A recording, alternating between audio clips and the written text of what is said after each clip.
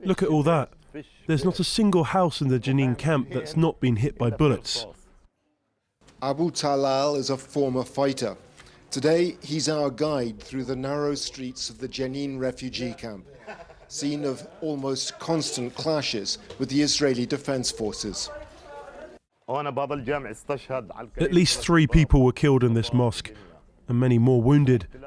The occupiers hit it with drones, and maybe also a missile fired from an Apache helicopter. Amidst the rubble and dust, the graffiti of war is everywhere, as are the images of fallen fighters, boys most of them, too young to have known much else.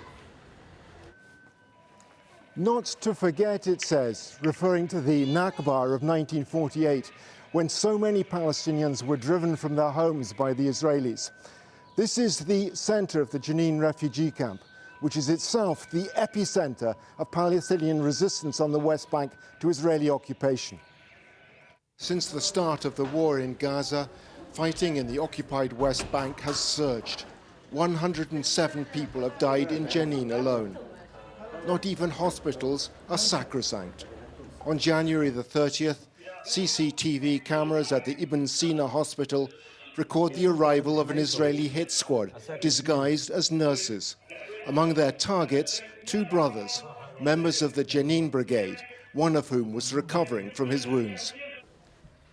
2 months have passed since their deaths, too soon for the pain to have eased for Abir, their mother, but loss seems only to have sharpened her desire for revenge.